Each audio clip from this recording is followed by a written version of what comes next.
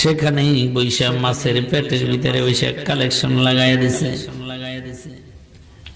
সেখানে বসে কালেকশন লাগাই দিছে। ফানাদা ফিজ যুলুমাতি আল্লা ইলাহা ইল্লা আনতা সুবহানাকা ইন্নী কুনতু মিনাজ জালিমিন। আল্লাহু আকবার বলেন।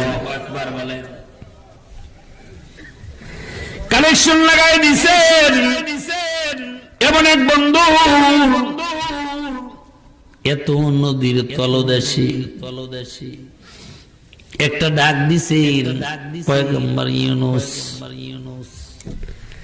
সব্বার গোড়া এমন ভাবে লাগাই দিছেন, নদীর তলদেশ থেকে নির্দেশ হয়েছে, মাছরে নদীর কিনারায় চলে যাও,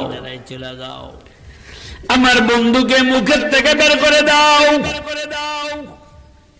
পৃথিবীর দ্বিতীয় কোন নজির এরকম নাই। মাছের পেটের ভিতরে মানুষ নিয়ে নদীর তলদেশে ঘুরলেন, হাজার হাজার কিলোমিটার পর্যন্ত মাছটা ঘুরলেন, পুনরায় আবার তার নদীর কিনারায় এনে ছেড়ে দিলেন, সুস্থ মানুষটাকে আবার সেখানে রেখে গেলেন। ও বন্ধু, পৃথিবীতে এমন কোন নজির নাই, একমাত্র মাওলা পাকের সাথে বন্ধুত্ব বানাইলে এই নজির স্থাপন হয়ে যায়। পৃথিবীতে দ্বিতীয় এরকম নজির নাই। আগুনের কুণ্ডলীর ভিতরে ফলাইলে আগুনের ভিতরে বসবাস করে, আগুনের ভিতরে ফুলের বাগান বানায়া সময় পার করে সেখান থেকে বের হয়ে আসতে পারে। এ তো দেশের কোন রাষ্ট্রপতির পক্ষে সম্ভব নয়। কিন্তু এমন এক বন্ধু আল্লাহ, যার সঙ্গে সম্পর্ক লাগাইলে আগুনের মধ্যে থেকেও হেফাজত করে নিয়ে আসতে পারে। কোন সুবহানাল্লাহ।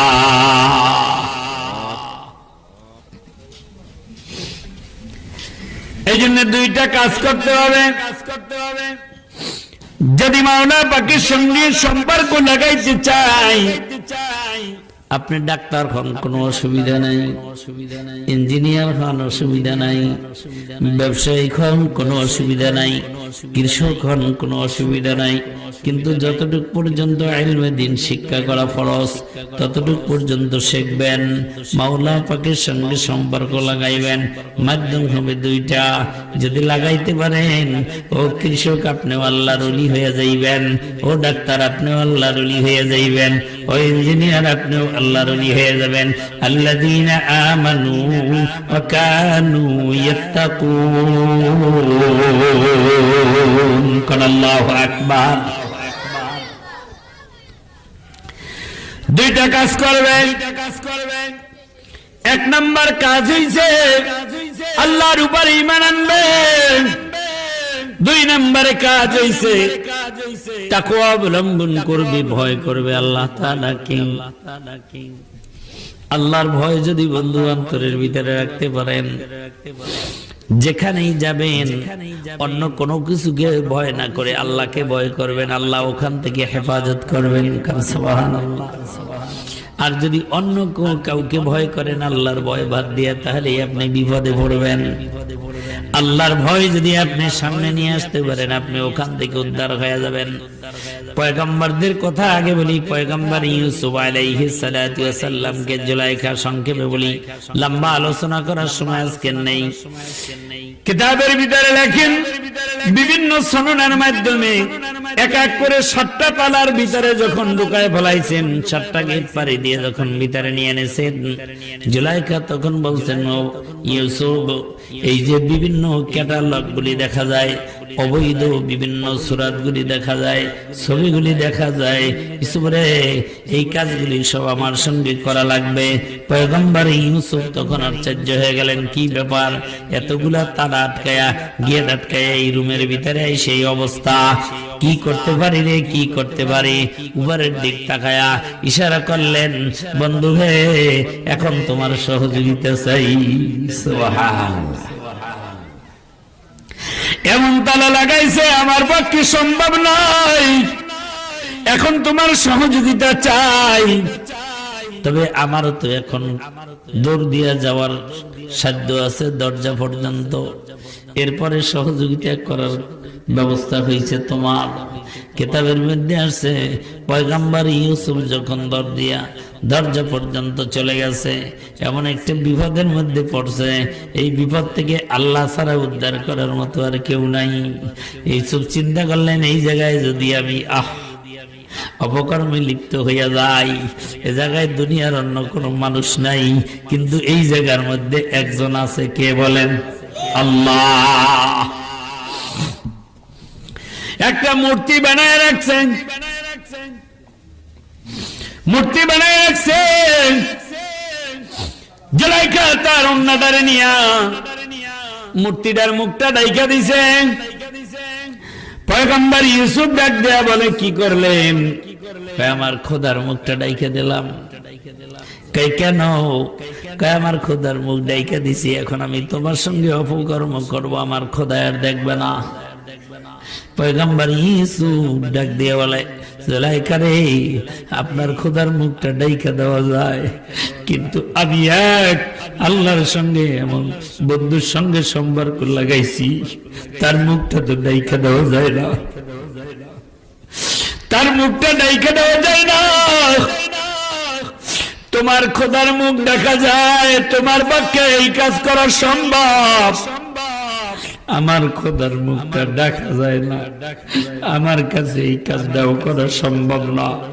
পয়গম্বর ইউসুফ যখন দৌড় দিলেন, মাওলা হে, এখন তুমি ছাড়া দ্বিতীয় কেউ নাই, একটা দৌড় দিয়া দরজা পর্যন্ত, গেট পর্যন্ত চলে গেলেন।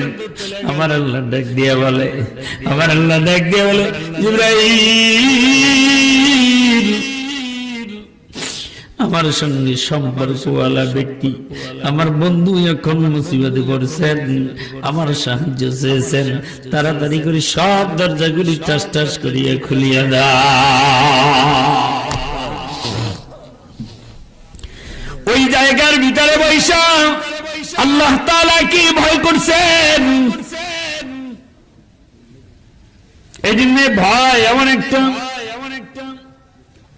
সিস্টেম, ভয় এমন একটা কার্যকর সম্পদ বন্ধু। এটা যার দিলের মধ্যে যত বেশি থাকবে, আল্লাহর সঙ্গে বন্ধুত্ব তার বেশি বাড়বে। কোন সুবহানাল্লাহ।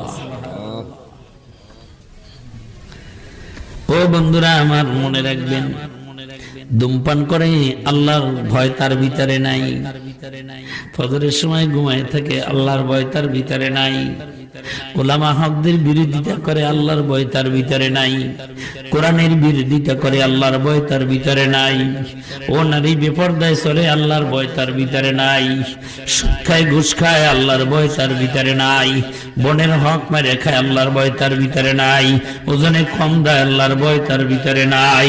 ও বন্ধু মনে রাখবেন, দুধের মধ্যে পানি মিলাই দেয় আল্লাহর ভয় তার ভিতরে নাই, খাদ্য খাবারের মধ্যে গজল দেয় আল্লাহর ভয় তার ভিতরে নাই, জমির আলটি লেখায় আল্লাহর ভয় তার ভিতরে নাই। আল্লাহর ভয় যার দিলের মধ্যে থাকবে, আল্লাহর বন্ধু যিনি হবেন, তার দ্বারা 2 নম্বর কাজ হওয়া সম্ভব নয়। আল্লাহর ভয় যদি থাকে,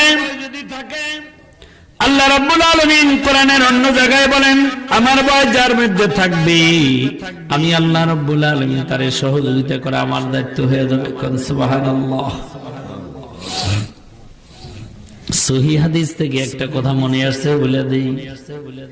আল্লাহর এক বান্দা, তারপরে পয়গম্বরদের কথা বলবো, সাহাবীদের কথা বলবো, তাবিঈনদের কথা বলবো, তারা কিভাবে এই 2টা আমল করতেন। আল্লাযীনা আমানু ওয়া কানু ইয়াত্তাকুন, কিভাবে ঈমান আনতেন, কিভাবে তাকওয়া আল্লাহর ভয় দিলের ভিতরে ঢুকাইতেন। কিতাবের ভিতরে আসছেন, তানবিহুল গাফিলিন কিতাবের ভিতরে ওই কথাটা আছে। কিতাবের ভিতরে আসছেন আল্লাহর এক বান্দা, এমন কোন গুনার কাজ নাই না করছেন, সব গুনার কাজগুলা করছেন। যখন যেটা মনে চাইছে সেটা করছেন, যেদিকে চলতে মনে চাইছে সেদিকে চলছেন। মৃত্যুর আগে আগে সন্তানদেরকে ডাকছেন, ডাইকে বলে আমার সন্তানেরা সারা জীবন গুনার কাজ করছি, সারা জীবন ভালো কাজ করি নাই, যেমনে মনে চাই এমনি চলছি, আলেম ওলামার কথা বললে উল্টা চলছি, নামাজের ডাকলে আরো উল্টা চলছি, গুনার কাজ জানি, জানা সত্ত্বেও মনে যেমনে চাইছে এমনি চলছি, আল্লাহর হুকুম জানি তারপরেও মানি নাই। এখন তো আর বেশি সময় বাঁচব না, মৃত্যু অতি নিকটে এসে গেছে, বিছানায় পড়ে গেছি, বিছানার থেকে উইঠে আর হাঁটতে পারবো না। কিন্তু আমার যদি মৃত্যু হয়ে যায়, আল্লাহ রাব্বুল আলামিন বলেন কুল্লু নাফসিন যায়িকাতুল মাউত সুম্মা ইলাইনা তুরজাউন। আল্লাহু আকবার। আল্লাহ বলছে